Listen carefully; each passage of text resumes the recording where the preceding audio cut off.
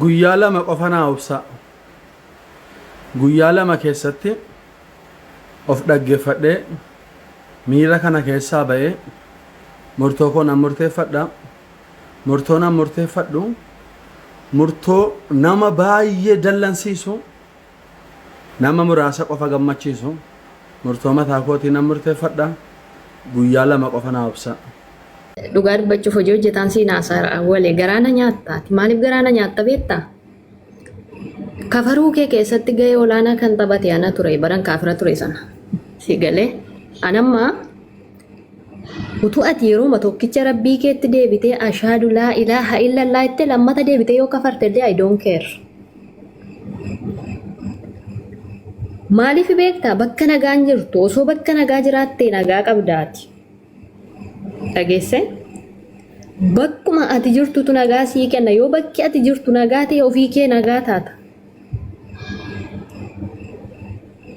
Argiteetta amma baay'ee isaa keessa galee haasa'ee nama sirratti kaasuu hin barbaadu. Walumaa galaa bakka keetti deebi'i, bakka isa nagaa kennu, bakka isa tokkummaa, bakka isa asiin ba'e achiin ba'e, bakka isa hin jijjiirame al tokko nama ta'e al tokko bineensa ta'e al tokko sana ta'e hin qabne isa tokkicha jijjiirama hin qabne teessoo isaaf maneerra jiru sanatti deebi'iin siin jedhaan. Maaltu cinqii kanatti si geesse? Bar bakka ati jirtu kana keessatti ilkaan buqqifannee nuyi keessatti guddanne habeebi. Haaraa miti. Keessatti ilkaan buqqifanne abbaan koo pheenxee akiraarii jaarsolii waldaa umurii isaa guutuu keessatti fixaa jiruudha. Hin beekna bar. Amma jarri ofii foolii galaa jiran. Al tokko namaa jedhu, al tokko waaqaa jedhu, al tokko inni Maariyaam baatte namaa jedhu, al tokko waaqaa jedhu. Maaltu gidduutti si gubesiin? Kottu gara isa jijjiirama hin qabne. Kottu gara isa kaalkuleeshinii si gaafanne. Fixeetta daqiiqaa kee ofii galatoome. Maal daqiiqaa lafatu naasee? Daqiiqaa lafatu naasee. Ergaan kee naa galeera bakka filannoon kooti ergaanaan geessee barate. Galatoome. Innaa kanaaf iyyuu deebi'iin siin jedha shi kanumaan siin jedha rabbiin si haa qajeelchu. Waan hunda caalaa immoo waan hunda caalaa immoo hawwalee of ta'e jiraadhu namaaf gadi hin jedhin namaaf gadi hin jedhini. Namni islaamummaa hin qabne walumaa galatti duniyaatti waan itti tole fakkaataa mi'a akiraas duniyaa siin qabu gammachuun qabu duniyaa irratti yoo amma fedhe maallaqa qabaate birrii qabaate biyya jarri siin jedhan irra naanna'u tasa naanna'uu dandeessa garuu nagaan qabdu boqonnaan qabdu islaamummaan qabdu taanaan rabbiin islaamummaa keetti si haa deebisuuni. Ishawwi fixatteetta galatoom. Allah'n si haa eebbisu. Amiin amiin. Allah'n kee si haa eebbisu galatoomi. Beekii daqiiqaa sadii qabda yoo yaada qabatte. Okay, awwalee koo nagaan siif haa. Biyya sana hamba'u nama baay'ee jira waan ta'eef eenyuun bakka bu'ee miidiyaa irratti akkana jedhee irra deebi'ee haasa'uu barbaade inni ganamaayyuu irra darbinee jirra. Marsaa lammaffaa akkamitti haasa'uu danda'e Ibrahim? Tole awwee koo xumurtee yaada kan kee? Xumureera gaaffiidha. Tole galatoomi mee wanta jedhaartu kana mee anillee jaalaluma gooftaatiin si gaafadhaa dhimma kana mee keessaanii osoo haasofne yaada jedhu qaba. Bilis mi'aatillee miira keessa bahe wanta namni dubbate hundumaaf deebii yoo deebisanii gaariin ta'u. Akka namoonni amantoonni illee akkasii jaallatan beektaa namni tokkochiin kiristaan hunda bakka kan bu'u rakkoo jiru ka beektatu iyyuu beektaa dhimma jiru hundumaa keessaan haasofna biliis haasofnee.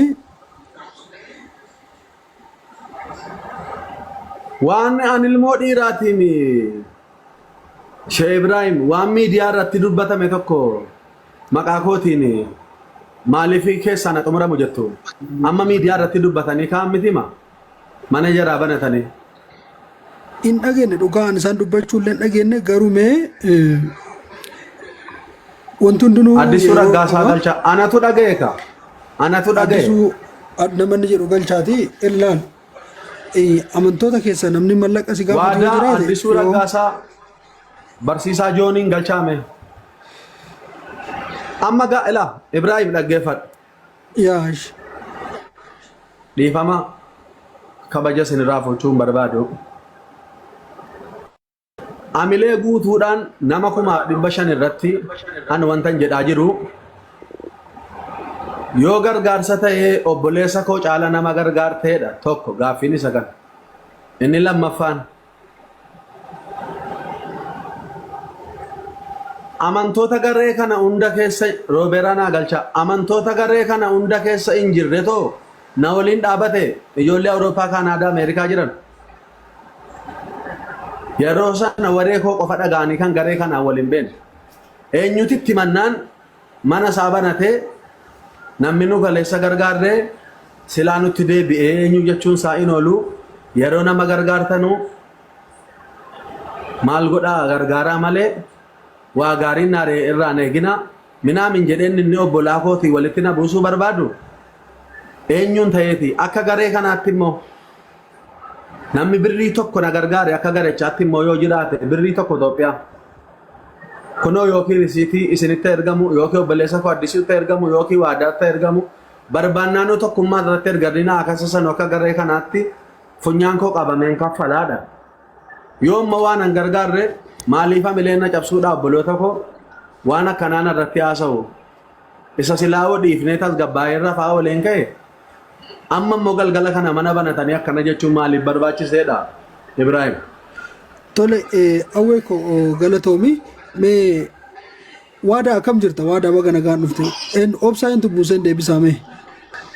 Nagaan isinii ta'u daqiiqaa lama hojii lafa hojiin jira yeroo carraa haasaa gadhuutti galeen haasaa Ibrahim wanti keessaan haasa'amu jiru yaffisu wanti haasa'amaa jiru hanna guyyaa saafaa gaggeeffameedha maqaa mucaa kanaa jira mucaa kana gara kiristaanaatti fidameedha nagadameedha isaan keessaa hawwii jireenyaa yazaaree 3 amat asnaaqee tufaa wajjin guruppii huumanii nama isaan irraa birrii guuran mucaa isaan irraa birrii nyaatan lama ta'anii kan isaa ittiin sheer godhatan amma ittiin sheer godhee waameenan fidaa isaan kan keessa bubbulanidha hanna wangeelaa mataa wangeelaa jala kaatanii hatuun isaanii aca barbaruun isaanii arra miti tuttureera bubbuleera siigada jira maqaa garee wangeelaati garuu garee saamtuu fi garee namaaf nama gidduutti nama gidduu jiraatudha soo silasii keessaa waan haasuu tokkoon qabu miidiyaa irratti baasanii haasaa oolanii dhugaan barbaadamu yoo jiraate haa barbaadamu wanta isarra idaa jirre kireditii qaba yoo ta'e awwaleen gara kiristiinaa gara duuka buutuu Yesuus Kiristoos ta'ee maqaa kanaan kireditii jala jira taanaanii amma sa'aatii kanaa kaasee sheerii waan sanaa hirmaachuudhaaf qophaa'aadha. Silazii wanta akka fargootu dhiisaatii eenyu akka maqaa si balleessaa jiru eenyu akka maqaa keetiin birrii kana saamaa ture hunduma isaa ati irratti hojjedhu obboleessa wanti keessa dhuma jiru. Tole waada ishii galatoomi Roobera welcome mee tartiibaan dubbanneeti awwee mee ati amma miitii godhuutii mee Robe welcome.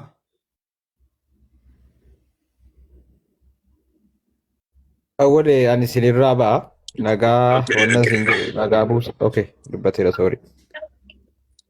Itti fuftamoo tokkummaa itti fufi. An waan addaa miti nagaa buusii nagaan hunda dursaa obboloota kee faana nagaa uumi akka addaattillee namni na hubachuu danda'a gaafa as keessa taa'u akka namni waan addaattillee na hubannee fi nageenyuma uumaa waliin lolinaa atillee obsii gama jiraatillee obboloota kee sirra jiran hangafa kee warra si dura jiran dhaga'i waan jira jedhani nagaa buusaa nagaan hunda dursaan jedhan kanumaan jedha xumureera Roobeeraatti fufuu dandeessa. Ishee tokkummaa koo ulfaadhu galatoomii asirra kan jirtanii obboloonni nagaan gooftaa Yesuus hunduma keessaniif abaayyatu. I don't know why wanti kun gaaffii jira weefoo bilbilaan sila baay'ee haasofnee turre ergasii waan ta'e jiramoo haaraanatti ta'e.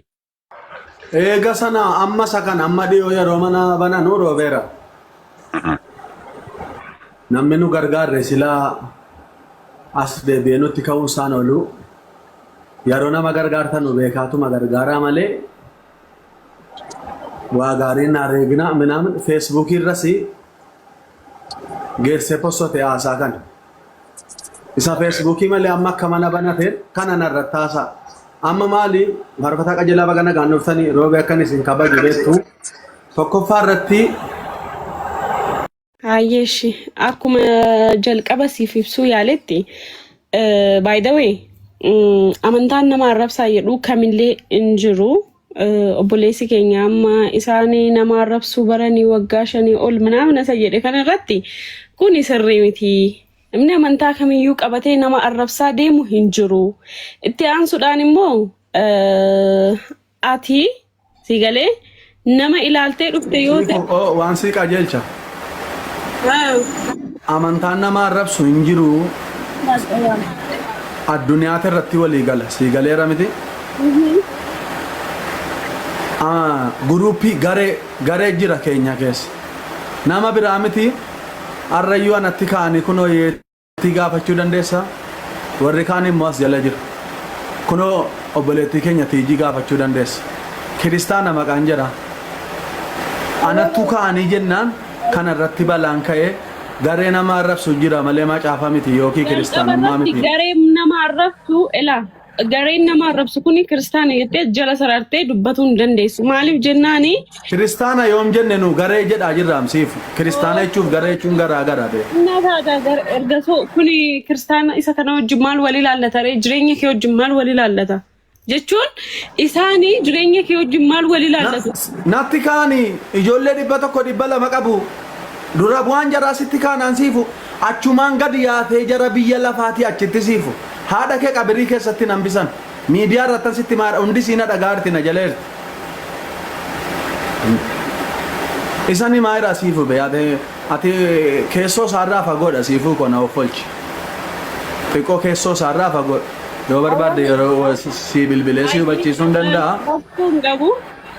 Ani kanin siin jechuu barbaadu jechi koonni xumura akkuma jalqaba siin jedhee nama ilaaltee dhuftee taanaan bor nama ilaaltee deebita siigalee ati waan itti amante siigalee jireenya kee yookiin lubbuu kee boruuf dhugaadhaan siigalee itti amanattee waaqa kanatti koluu galtee dhufte yoo ta'e jecha namaa waan biraa haasaa isa biraa dhiisiiti waan itti amanattee dhufte sana duukaa bu'e kan kanaan achi immoo abaluu akkasnaan jedhee ani akkanadha abaluu kana godhe namni sidhiisiin siin jedhe abbaa barbaadirraa waan barbaade jecha haasaa waan akkasiitii fi yaada kee hin kennini yoo si danda'ame isa kaleessa si galee na baasaa itti nama nadhanna jiraachisa abdii kooti jettee abdattee dhufte sana qofa duukaa bu'isiin jechuu barbaada.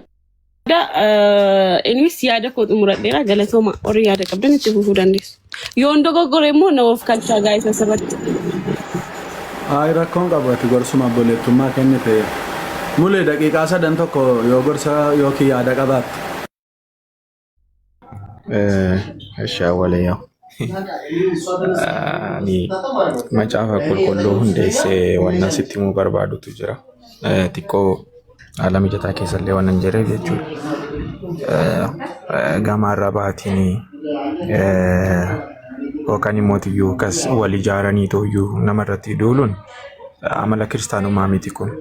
Namni kamuyyuu waan gaariidhaaf waliin dhaabbachuudha malee nama arrabsuudhaaf wal ijaaruun waan badaa hojjechuudhaaf wal ijaaruun gonkumayyuu kitaabni qulqulluun barsiisu si hin deeggarsi gocha akkasii kana keessattuu sirriitti ni balaaleffata macaafni jechuudha. Maalin jechuu barbaadeen gabaabumatti namni nama irratti duuluu danda'a. Ati mootiyyuu Kiristoos isa dhugaa ilaalii Kiristoos isa dhugaa yoo qabatte namni sirratti duulee abbaan barbaadisitti dubbate kan qabatte waan qabatteertuuf jechuudha. Har'as borus waan inni sitti himuu barbaadu Kiristoosni dhugaan akkamiidha kamiin barsiifamaa jira kan jedhu akka ilaaltu ni barbaade yeroo hundaayyuu jechuudha. Kana wal qabsiisee fakkeenyaaf caqasa macaafa qulqulluu tokko ni sitti himuu barbaada. Seera ba'uu boqonnaa 21 lakkoofsa 1 irratti akkas jedha. Amaariffaan qaba waan ta'eef kitaabicha isiniifan hiika jechuudha. Hassatanya ወሬ አታሰራጭ አመፀኛ ለመሆን ከክፉ አድራጊዎች ጋር እጅህን አንድ አታድርግ። ሶ ዱቢሶ ባዱበቹ ዳቢ ወረሶ ባዱበተ ወሊኒ ዱቢሶ ባይን ፈጫሲኒ ወሮታ duula hojii yookaan immoo hojii badaa hojjetan waliin illee hin hiriirini jedheetuyyuu macaafni qulqulluun kanaan alatti illee ergaa Yaaqoob keessatti illee boqonnaa 1:26 irratti akkasumas boqonnaa 3:9-10 irratti illee sirriitti gorsi taa'ee jira jechuudha. Kanaaf namni nama arrabseef yookaan immoo gocha badaa raawwateef jennee of miidhuun qabnu ilaaluudhaa qabna. Bakka ijjannee san sirriitti ilaaluudhaa qabna. Namni lafa qulqulluu irratti ijjatee mucucaatee too hin kufu. Kanaafuu bakka nama mucucaachisu sana irratti gaafa ijjate garuu ni kufa. Bakka ijjatte ilaali sirriitti siin jechuun barbaada. Akka obboleessatti innaan si gorsu. Lammaffaa gooftaan kan keenya Yesuus Kiristoos wangeela Maatiyos boqonnaa 11:12 irratti immoo akkas jedha. ሰዎች ስለ እኔ ሲሰድቧችሁና ሲያሳድዷችሁ ክፉን ሁሉ በሐሰት ሲናገሩባችሁ ብፁዓን ናቸው anaaf jecha namoonni isin arrabsan wanta badaa isin irratti raawwachuudhaaf isin ari'an isin maalidha ብፁዓን taatanii jedha. Deebisee ergaa Phexros isa jalqabaa boqonnaa 4:14 irrattis nutti ስለ ክርስቶስ ስም ብትሰደቡ የክብሩ መንፈስ የእግዚአብሔር መንፈስ በእናንተ ላይ ያርፋል ብፁዓን ናቸው ነው እንጂ ከናፉ kana ol baay'ee sittiin dheeressu yeroo biraa keessan ergaawwan hedduu nan qaba siifan barreessa ni ilaalta jedhee yaada.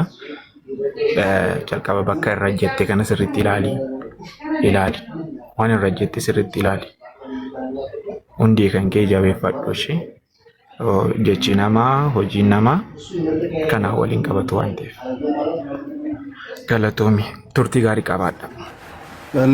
Tome obboleessa keenya dilbii yaada qabdu yoo yaada qabaattan daqiiqaa 3 dubbadhaa. Tole galatoomi obbolee koo baay'ee yaalaa ture nagalchuu keetii fi ayyaanni siifaa baay'ee obboleessa koo. Kitaabni qulqulluun isa amantii keenya jalqabsiisee xumuru Kiristoos irraa ija keenya buqqifannoodha. Kanaaf iyyuu wanti nuti ija keenya irra kaawwannee irraan buqqifanne gooftaa keenyadha. Sirriitti isa kana jala sararuun baay'ee nu barbaachisa. Lammaffaa irratti immoo obboloonni walii wajjin taa'uun gaariidha. Waaqayyoo eebba hin dhumne achitti abboomee jira jedha. Yaadni ani kanuma hawwiin dabarsanii qaba. Nuti yeroo hundaa asirratti kan argamnuu fi amantaa dhugaadhaa, amantaa sirriidhaa, amantaan isiitiin alaa amantaa sirrii akka hin tahin barsiisuudhaaf islaamummaadha amantaan dhugaa. Nama hundaafuu amantaa islaamaati hawwa. Fakkeenyaaf namni kiristaana tokko karaan dhugaan karaan sirriidhaa kiristaanummaadha jee waan yaaduuf waan amanuuf jecha kiristaanummaa itti nama yaama jechuudha. Garuu ammoo karaan sirriidhaan karaan dhugaa karaa gartee isaatiin malee jannanni hin argamne amantaa islaamaatiin malitti amantaan biraa hundi isaadhaa akka dhugaan tahin barsiisuudhaaf kan asirratti argamnu. Kanaaf obboleessa kiyya awwalee akka obboleessa kiyya oromummaatti waliif quuqamna akka sabaatti illee oromummaa walitti qabna. Amantaa dhugaa amantaan sirriidhaa amantaa islaamummaati waan ta'eef jecha osoo guyyaa qabdu osoo yeroo qabdu osoo gartee duniyaarraa hin deemne du'an gara islaamummaatti akka dhuftu waamicha kabajaa si afeera. Maaliif jennaan amantaa islaamaadhaa dhugaa amantaa ergamaan rabbiidhaa salawaatu rabbi salaamaa alayhi hadiisa keessatti maal jaani maal ustaazali lallaba miti gorsan jedhee misinoo lallabataa jirtu ustaaz. Gorsuma keessa qabdi amma amantaa nama tuqaan jiru amantaa kiyyaan ibsachaa jira bara amantaa kiyyaa ibsachaa jira. Amma fakkeenyaaf amantaa namaa qeeqaan jiru amantaa namaa arrabsaan jiru amantaa kiyya yoon ibsadde immoo akkaan barbaadetti rakkoo garuu ammoo ibsachuun mirga kiyya. Awwee qoqqoo adeemsa sirreessaaf adeemsi gorsa obbolummaa awwaleedhaa fi amantaarraa alatti gorsa namummaan qabdanii alii. Gorsa kunillee bara gorsa mootii maal taate gorsa kun hayi. Ayinaa jechuun asitti immoo islaamummaa osoo hin taane kiristaanummaa lallabamaa. Amantaa xiyyaan ibsachaa jira amantaa xiyyaan itti himaa jiraan akka gorsaatti gorsaan akka buutu isa kana. Sorry amantaa kee immoo alii ko mana keetti bantii himatta kaaree mana sakarratti kiristaanidha waan hin lallabamu. Hafeera gorsa naadhaami nasiyaana dhaami jeemiti nasiyaana dhaami waan jeemechaa nasiyaana gorsaan hin qabu isa kanaadha. أراد Adeemsa كيلو sirreessuu adeemsa. إفما وجين أراد Carraa كيلو noo kanni amantaa namaan tuyni أوي amantaa جزي dhiyeeffachaa jira. تكتش Ishi nan galcha. Ishi daqiiqaa tokkoon goolabaa gaa waan barbaadan jedhaati ustaazan lama dubbataniittu. Okay, ayyee tole rakkoon qabu ayyee haa ta'u irraa deebi ayyee nuti qabadhu. Yaa takkaffaa irratti wanni guddaan of taatee jiraachuudha. Sagaleen kun jira miti awwalee. Jira ustaazan. Daqiiqaa sakandii 40 qabdu amma. Sagalee keenyanii torki.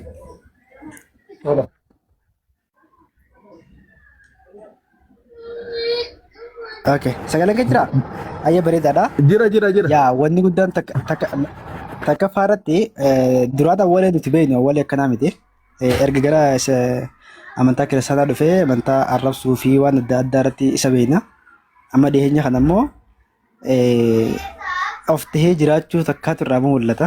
Ammallee of taatee akka jiraattu kana caalaa of taatee ofii keetii hatta amma macaafallee dubbistee ofii keetii macaafas barattee ofuma moomaa amantumatti amantu kanaafuu gadi fageenyaan barattee isirraa warroota nama arrabsan duukaa deemuu dhiiftee warroota nama arrabsan amantaa namaa xiqqeessan duukaa wajjin hariiroo uumuu dhiistee akka nama tokkotti gatteessee macaafallee dubbistee amantuma keessa jirtu kanallee hubattee barattee yoo dhugaan sii galee keessa taa'uu dandeessa. Akkasumatti illee firraa yoo dhugaan sii hin galle immoo keessaa bahuu dandeessi jechuudha. Of taatee jedhamu guddaadha. Of taatee akka duraanitti namoota nama arrabsan namoota amantaa namaa xiqqeessan salphisan jala deemuu dhiiftee ofuma keetti of taatee jiraachuun hedduu akka barbaachisaadha, hedduu bareedaadha.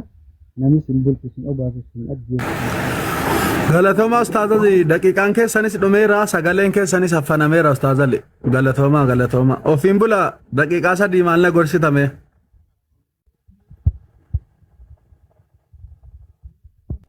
Hawweeti qofaadha moo nu hundaadhaa gorsi kun? Nu hin barbaannu? Maa yaa'u nama tokko yeroo haasaamu nama hunda dhaggeeffata. Ofiin bula.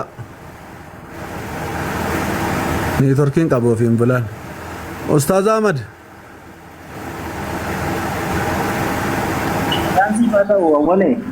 Ameen siifis haa ta'u. Waan lallabannaa ustaazalii lallabatee ka'ee yoo yaada obbolummaa qabaatte daqiiqaa 3.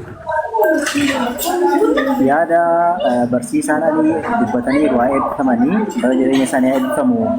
Ani homaa yaada guddaallee hin qabu ani dhugaa dubbachuu fi awwalee jalqabarraa kaasee illee na gammaatti sin kabaja. Ati nama bilchaataadha, ati nama hubataadha. Ofitti deebitee sammuu kee hin socho'uu qabu kan kee dhugaa dubbachuu fi jabaa ta'uu kan kee daran hubachiisa. Gabaadhutti fuufi sammuu namaatiin namni deemuun sirriidhaa miti. Ati sammuu namaatiin deemuu qabdu kaleessas deemaan turre garuu xiqqoo sodaa adda addaatti injifatamteetu afaan qabachaa turte. Har'a garuu sodaa sana jalaa bilisoomuu kan kee guddummaa kan kee agarsiisa. Go ahead my bro.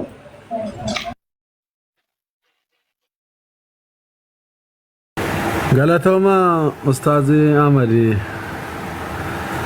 Yaa marqaa si afuufuun si liqimsuu fi malee si fi miti jedhani tasa na jajdani har'a Waaqayyo si na eebbisu. 4 kiiloo yoo yaada qabaatte daqiiqaa 3. Viidiyoo maa cufattee hawe? Guyyaa lammaffaan hin rafne bari mootii nan dadhabaa jira. Oh, okay, ishi bakka. Addama mana kee dhufeen ture beekama dhufee ture.